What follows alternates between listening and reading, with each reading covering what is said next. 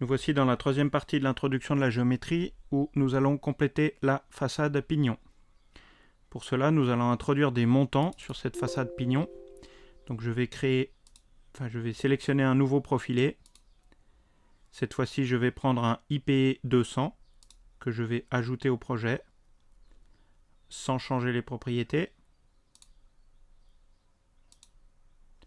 Et je vais conserver cette rotation de 90 degrés afin que le profilé soit perpendiculaire à la façade pignon.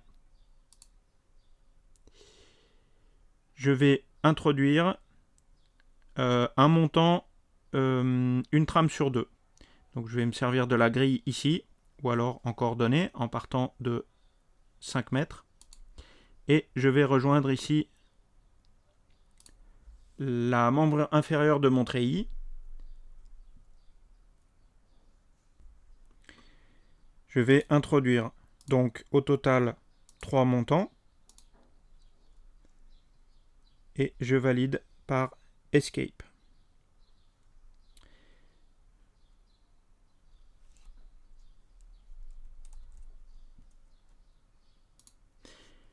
Je vais placer une rotule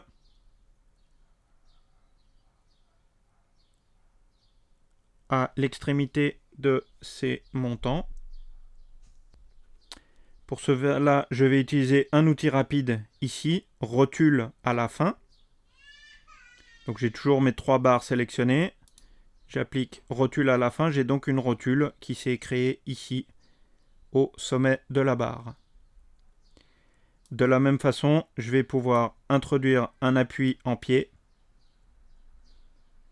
Donc je vais sélectionner uniquement les nœuds du pied de ces montants et leur appliquer un appui simple afin que ces montants soient appuyés directement sur le sol et non pas sur la filière que je vais maintenant créer. Donc pour compléter cette façade pignon, on va introduire des filières. Cette fois-ci, je vais reprendre mon profilé de filière UPE 180 que j'avais utilisé précédemment. Et je vais l'introduire en commençant par celle du bas. Comme ceci, je vais cliquer mes différents points. Je vais faire celle du milieu, donc en partant du nœud intermédiaire que nous avions créé sur l'autre face et en rejoignant le premier poteau de la façade pignon en faisant la perpendiculaire. Ces éléments, je peux maintenant les copier plusieurs fois.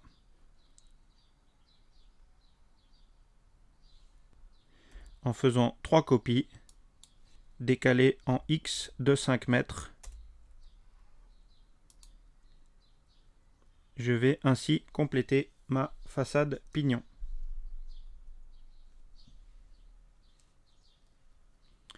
Actuellement, nous avons introduit la totalité des barres de notre halle. Nous pourrions compléter la façade pignon arrière.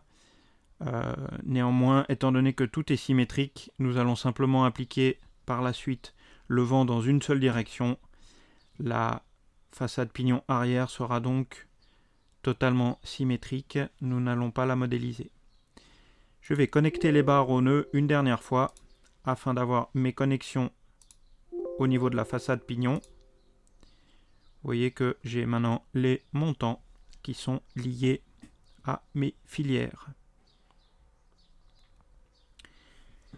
Voilà, je vous retrouve dans la troisième partie qui consistera à introduire les panneaux et les charges.